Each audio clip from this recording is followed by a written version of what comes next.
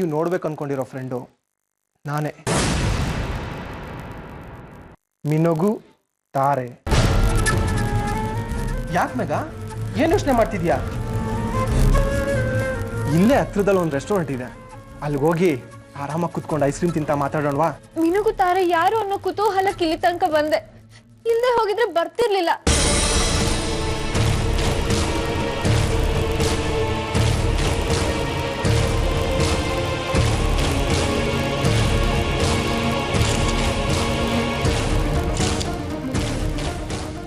ಜಯಂತನ ಬಾರೆ.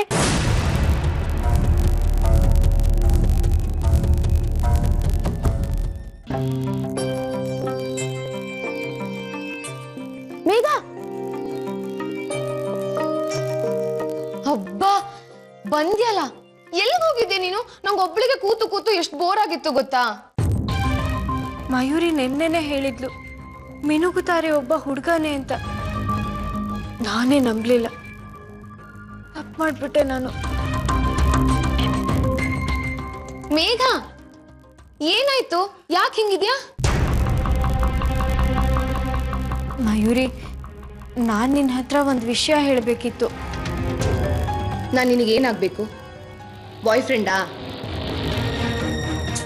ನನ್ನ ಹತ್ರ ಮಾತಾಡೋಕ್ಕೂ ಯಾಕೆ ಇಷ್ಟು ಪೀಠಕ್ಕೆ ಹಾಕ್ತೀಯಾ? ಅದೇನು ವಿಷಯ ಅಂತ ಹೇಳು. ಅದು ನಾನೀಗ ದೇವಸ್ಥಾನದ ಹತ್ರ ಹೋಗಿದ್ದೆ. ಏನಾಯ್ತು? ದೇವ್ರ ಮುಂದಿದ್ದ ಬಸವ ಬಂದು ನಿನ್ ಮುಂದೆ ಡಾನ್ಸ್ ಮಾಡ್ಬಿಡ್ತಾ? ಅದು ಹಾಗಲ್ಲ. ಮತ್ತಿನ್ ಹೇಗೆ? ಅದು ಅದು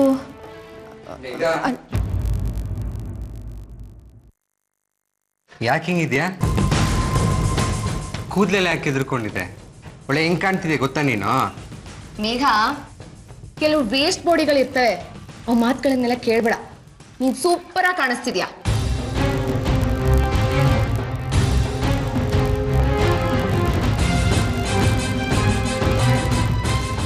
ಮೇಘ ನಿಂತ್ಕೋ. ಯಾಕೆ ಎದುರ್ಕೊಂಡಿದ್ಯಾ? ಏನಾಯ್ತು? ಏನಿಲ್ಲ ಅಣ್ಣ, ನಾನಿರೋ ಹಾಗೆ ಇದ್ದೀನಿ. ಆಯುಷೋ,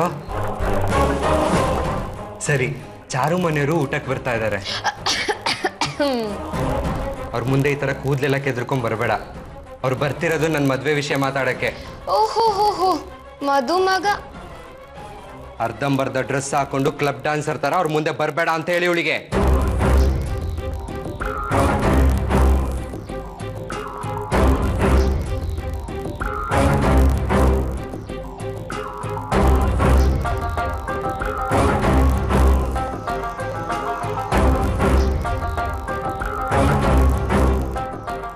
ಜಯಂತ ನಿನ್ ಬಗ್ಗೆ ಸರಿಯಾಗಿ ಹೇಳಿದ್ದಾನೆ.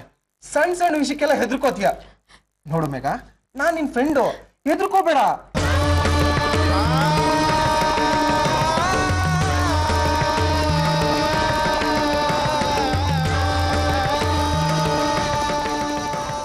ಏನೇ ನೀನು ನನ್ನನ್ನು ಅರ್ಧ ದಾರಿಲೇ ಬಿಟ್ಟು ಹೀಗೆ ಓಡ್ ಬರೋದಾ? ಬಿಟ್ರೆ ಓಡೋದ್ರಲ್ಲಿ ಗೋಲ್ಡ್ ಮೆಡಲ್ ತಗೊಳ್ತೀಯ. ಸಾರಿ ಕಣೆ ಛಾಯಾ, ನನ್ಗಾದ ಭಯಕ್ಕೆ ನಾನು ಎಲ್ಲಿ ಓಡ್ತಿದ್ದೀನಿ ಅಂತಾನೆ ನನಗೆ ಗೊತ್ತಾಗ್ಲಿಲ್ಲ. ಮನೆಗೆ ಬಂದ್ಮೇಲೆ ನಂಗೆ ಸ್ವಲ್ಪ ಧೈರ್ಯ ಬಂದಿದ್ದು. ನಿಜವಾಗ್ಲೂ ಛಾಯಾ, ಅವನು ಅಂತೋನು ಅಂತ ನನಗೆ ಗೊತ್ತಿರ್ಲಿಲ್ಲ. ಕೈ ಬೇರೆ ಹಿಡ್ಕೋತಾನೆ. ಇವತ್ತು ನೀನು ಇರ್ದೆ ಹೋಗಿದ್ದಿದ್ರೆ ಭಯಕ್ಕೆ ನಾನು ಅಲ್ಲೇ ಸತ್ತು ಹೋಗ್ತಿದ್ದೆ.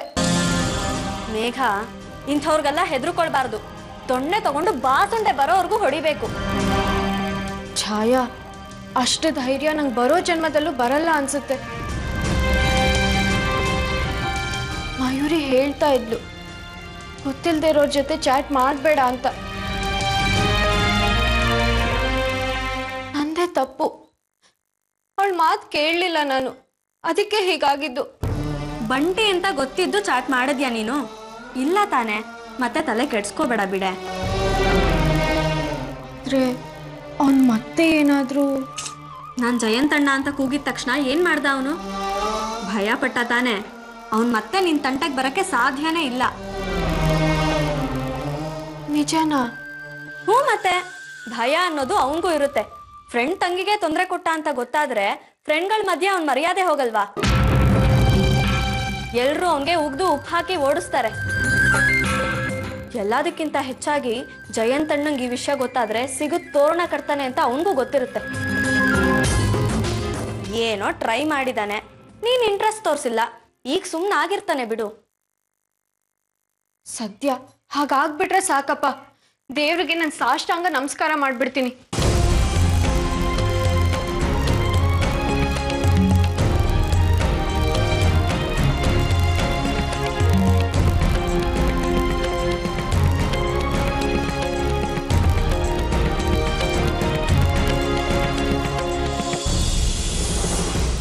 ಏನಜ್ಜಿ, ನೀವು ಮೊಮ್ಮಗ ಇಬ್ರು ಸೇರ್ಕೊಂಡು ಟಿವಿ ಮುಂದೆ ಕೂತ್ಬಿಟ್ಟಿದ್ದೀರಾ ಇವತ್ತು?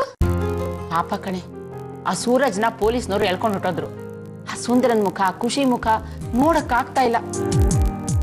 ಓಹೋ, ನೀವ್ ಯಾವ ಸೀರಿಯಲ್ನು ಬಿಡಲ್ಲ ಅಂತಾನೆ? ಮಯೂರಿ, ಜೀ ಕನ್ನಡದಲ್ಲಿ ಎಷ್ಟು ಒಳ್ಳೊಳ್ಳೆ ಸೀರಿಯಲ್ಗಳು ಬರುತ್ತೆ ಗೊತ್ತಾ? ಒಂದಕ್ಕಿಂತ ಒಂದು ಚೆನ್ನಾಗಿರುತ್ತೆ ಕಣೆ. ನಾನಂತೂ ಒಂದನ್ನು ತಪ್ಸಲ್ಲಪ್ಪ. ಪುಟಾಣಿಗಳ ತರಳೆ ಆಟಗಳು ಶುರುವಾಗ್ತಾ ಇವೆ. ಅಜ್ಜಿ, ಅಲ್ಲಿ ನೋಡು, ಛೋಟಾ ಚಾಂಪಿಯನ್ ಸೀಸನ್ 2 ಶುರು ಆಗ್ತಿದೆ. ಛೋಟಾ ಚಾಂಪಿಯನ್ ಸೀಸನ್ 2 ನಾಳೆ ರಾತ್ರಿ 9 ಗಂಟೆಗೆ ನಿಮ್ಮ ಜೀ ಕನ್ನಡದಲ್ಲಿ.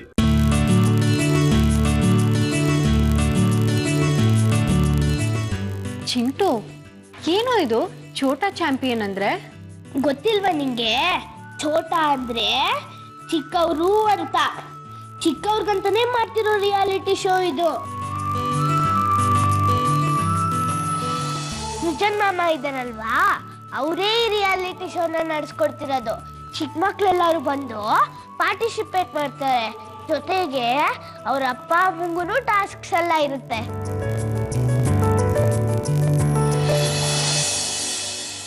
ಎಷ್ಟು ಮಜವಾಗಿರುತ್ತೆ ಗೊತ್ತಾ? ಮಕ್ಕಳಲ್ಲಿರೋ ಟ್ಯಾಲೆಂಟ್ಸ್ ಎಲ್ಲ ತೋರಿಸ್ತಾರೆ. ಕೊನೆಯಲ್ಲಿ ಯಾರು ಗೆಲ್ತಾರೋ ಅವರೇ Chhota champion. Chhota champion season 1 ಅಂತೂ ಸೂಪರ್ ಹಿಟ್. ಅದಕ್ಕೋಸ್ಕರನೇ ಛೋಟಾ ಚಾಂಪಿಯನ್ ಸೀಸನ್ 2 ಮಾಡ್ತಿರೋದು.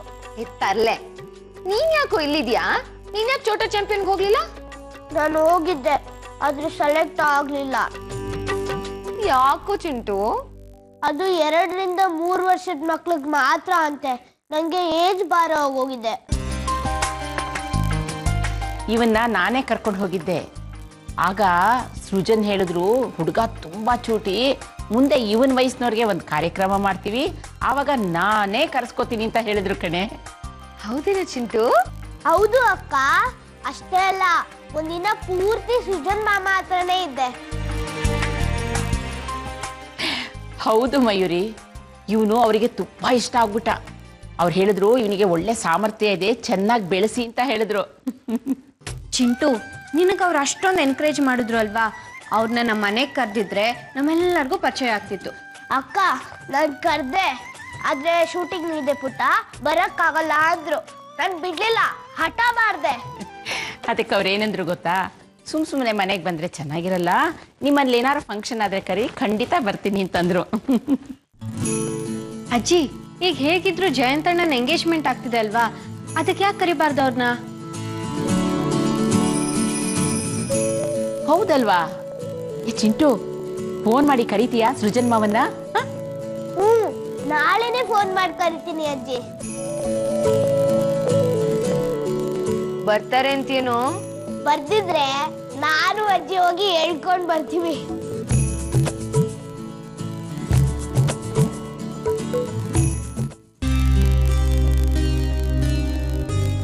ಅಕ್ಕ, ಏನಕ್ಕ ಇದು?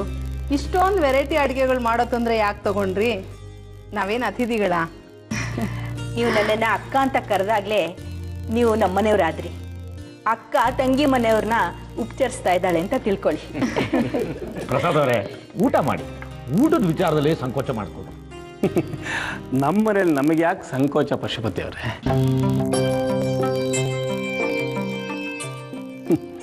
ಊರಿನ ನಂಟು ಬಿಟ್ಟಿರೋಕ್ಕಾಗದೆ ಬಾಂಬೆಯಿಂದ ಇಲ್ಲಿಗೆ ಬಂದ್ಬಿಟ್ವಿ. ಆದರೆ ಇಲ್ಲಿಗೆ ಬಂದಮೇಲೆ ನಮಗೊಂದು ರೀತಿ ಭಯ ಶುರುವಾಯಿತು. ಬಹಳ ವರ್ಷ ಯಾರ ಟಚ್ಚಲ್ಲೂ ಇರಲಿಲ್ಲ ನೋಡಿ. ಅದಕ್ಕೆ ಪರಿಚಯಸ್ಥರಲ್ಲ ಅಪರಿಚಿತರಾಗ್ಬಿಟ್ರು.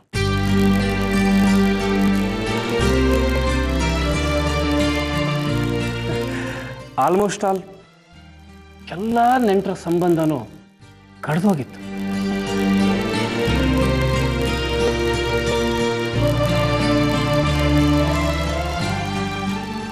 ಹೇಗಪ್ಪ ಮತ್ತೆ ನಮ್ಮವ್ರನ್ನೆಲ್ಲ ನಾನು ಕೂಡ್ಕೊಳ್ಳೋದು ಅಂತ ಯೋಚನೆ ಮಾಡ್ತಿರ್ಬೇಕಾದ್ರೆ ಸಿಂಧು ಮೂಲಕ ನಿಮ್ಮ ಪರಿಚಯ ಆಯಿತು.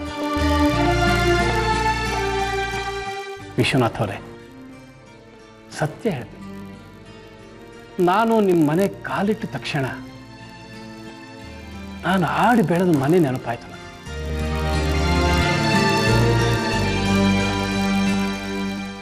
ಏನೋ ಗೊತ್ತಿಲ್ಲದ ಒಂದು ಆತ್ಮೀಯತೆ, ನಾವು ಒಂಟಿ ಅಲ್ಲ ಅನ್ನೋ ಭಾವನೆ, ಒಂದು ಆತ್ಮ ಸಂತೋಷ, ಎಲ್ಲ ಸಿಕ್ತು.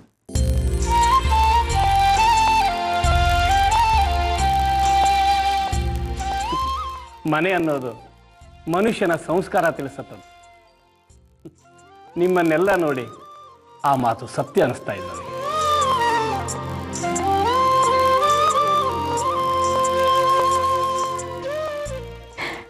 ಊಟ ಮಾಡಿ.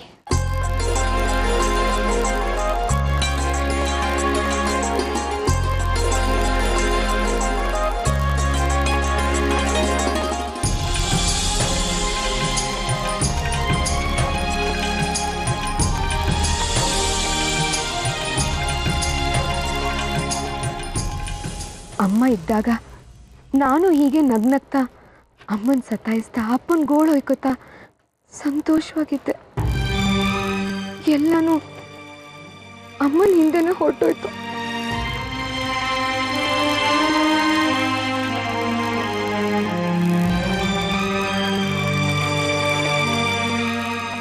ಮಯೂರಿ, ಬಾಮ್ಮ, ಕೂತ್ಕೋ ಬಾ.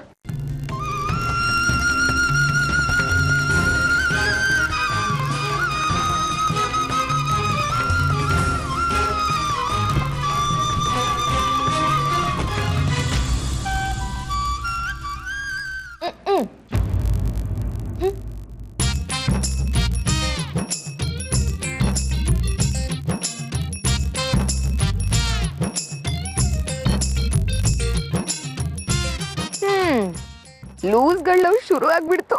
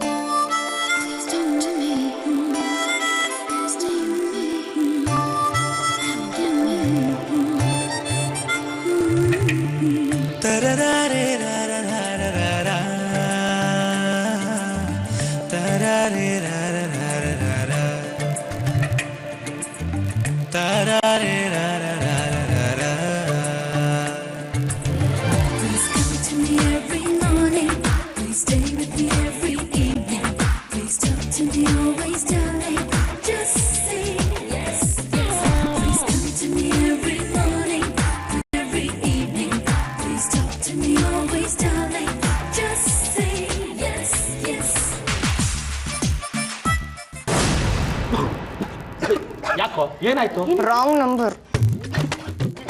ನೀ ಕೂಡ ತಗೊಳ್ಳಿ. ಪರವಾಗಿಲ್ಲ, ಏನಾಗಿಲ್ಲ. ಸಾರಿ.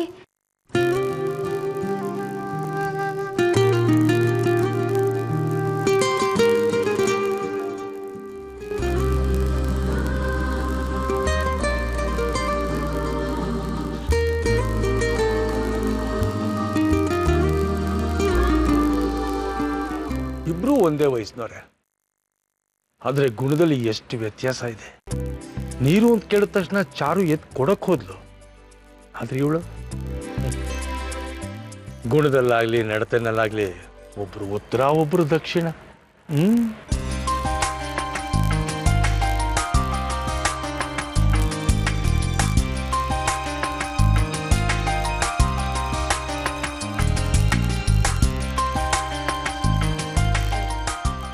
ಅಣ್ಣ, ಏನಮ್ಮ?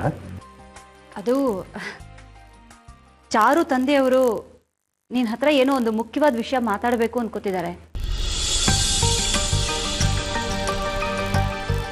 ನಾವು ಒಂದೇ ಅಂತ ಆದ್ಮೇಲೆ ಸಂಕೋಚ ಆಯ್ಕೆ ಪ್ರಸಾದ್ ಅವರೇ, ಅದೇನು ಹೇಳಿ.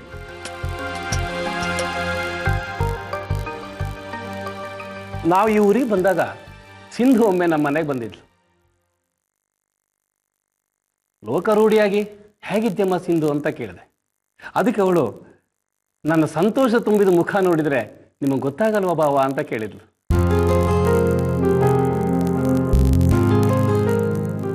ನನ್ನ ಮಗಳ ಬಾಯಲ್ಲೂ ಆ ಮಾತನ್ನು ಕೇಳೋಕೆ ಇಷ್ಟಪಡ್ತೀನಿ ವಿಶ್ವನಾಥ್ ಅವರೇ. ನಿಮಗೆ ಒಪ್ಪಿಗೆ ಆದರೆ ಜಯಂತನಿಗೆ ನನ್ನ ಮಗಳನ್ನು ಕೊಡಬೇಕು ಅಂತ ಅಂದ್ಕೊಂಡಿದ್ದೀನಿ.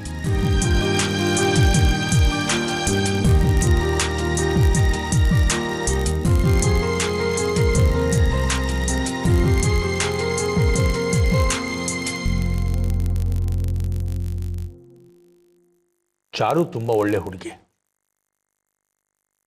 ನಮಗೆಲ್ಲ ಇಷ್ಟ ಆಗಿದ್ದಾಳೆ. ಆದರೆ ಇದು ಮದುವೆ ವಿಷಯ ಆದ್ದರಿಂದ ಪಶುಪತಿ ಮೀನಾಕ್ಷಿ ಹತ್ರ ಮಾತಾಡಿ ನನ್ನ ಅಭಿಪ್ರಾಯ ತಿಳಿಸ್ತೀನಿ. ಸ್ವಲ್ಪ ಟೈಮ್ ಬೇಕು. ಆಗಲಿ, ಹಾಗೆ ಆಗಲಿ. ಅಣ್ಣ, ಏನು ಮೀನಾಕ್ಷಿ? ನನ್ನ ಮನಸ್ಸಿನ ಮಾತನ್ನ ಹೇಳ್ಬಿಡ್ತೀನಿ. ಚಾರು ಜಯಂತನ್ ಜೋಡಿ ಸೀತಾರಾಮ ಜೋಡಿ ತರ ಇದೆ.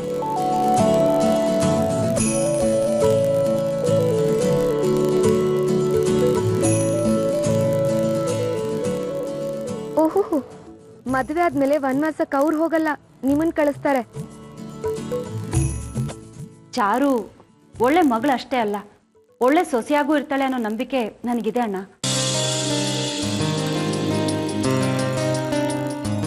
ನಮ್ಮ ಪುಟ್ಟುಗೆ ಚಾರುನ ತಂದ್ಕೊಳ್ಳೋದಕ್ಕೆ ನಂಗೆ ಯಾವ ಅಭ್ಯಂತರನೂ ಇಲ್ಲ. ಇನ್ನು ನಮ್ಮ ಯಜಮಾನ್ರು ಮೀನಾಕ್ಷಿ ಅವರೇ, ದೋಸೆಗೆ ಚಟ್ನಿ ಹೇಗೋ, ಅನ್ನಕ್ಕೆ ಸಾಂಬಾರು ಹೇಗೋ, ಚಾರುಗೆ ನಮ್ಮ ಜಯಂತ ಸ್ಟ್ರಾಂಗ್.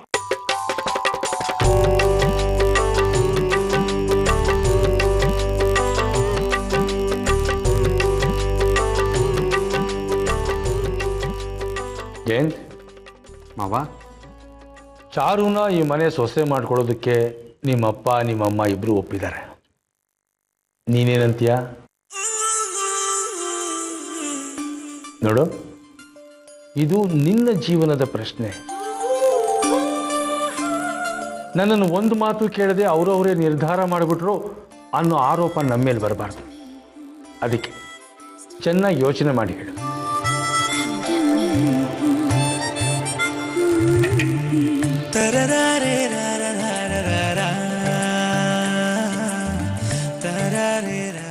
ಇದರಲ್ಲಿ ನಾನು ತಗೊಳ್ಳೋ ಅಂತ ನಿರ್ಧಾರ ಏನಿದೆ ಮಾವ, ನಿಮ್ಗೆಲ್ಲರಿಗೂ ಓಕೆ ಅಂತ ಹೇಳಿದ್ರೆ ನನಗೂ ಚಾರು ಓಕೆನೆ.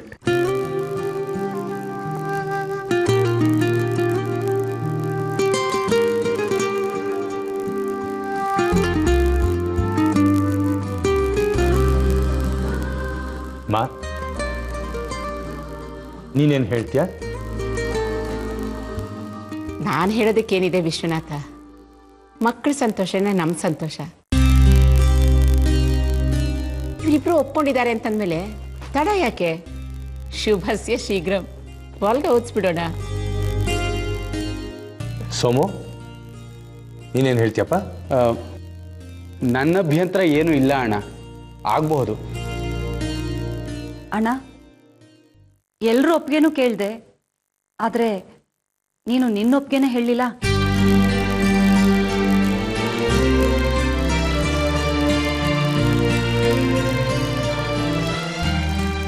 ನನ್ನ ಜೀವನದಲ್ಲಿ ಪ್ರತಿಯೊಂದು ಹಂತದಲ್ಲೂ ನೀನು ಅದಕ್ಕೆ ನನ್ನ ಕೈ ಹಿಡಿದು ನಡೆಸಿದ್ದೀರ.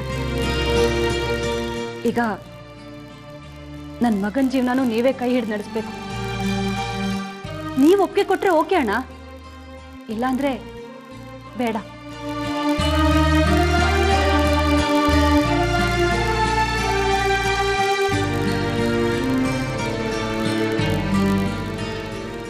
ಮೀನಾಕ್ಷಿ, ಒಂದು ವಿಷಯ ಎಲ್ರಿಗೂ ಸಂತೋಷ ಕೊಡುತ್ತೆ ಅನ್ನೋದಾದ್ರೆ ಅದು ನನಗೂ ಸುಮತಿಗೂ ಸಂತೋಷನೇ.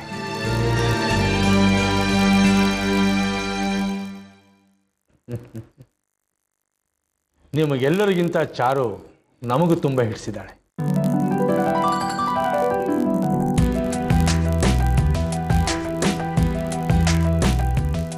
ಮೀನಾಕ್ಷಿ, ಈ ಸಂತೋಷದ ವಿಷಯಕ್ಕೆ ಎಲ್ರಿಗೂ ಇನ್ನೊಂದು ಸ್ವೀಟ್ ಕೊಟ್ಬಿಡಮ್ಮ.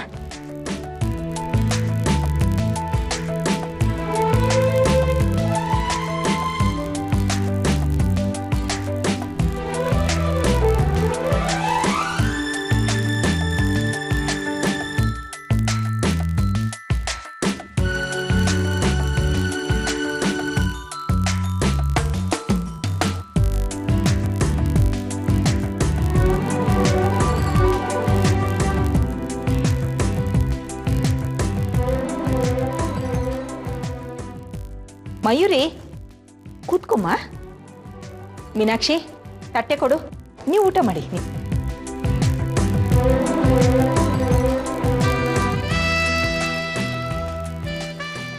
ಮಯೂರಿ, ತಗೊಮ್ಮ, ನೀನು ಬಾಯಿ ಸಿಹಿ ಮಾಡ್ಕೊ.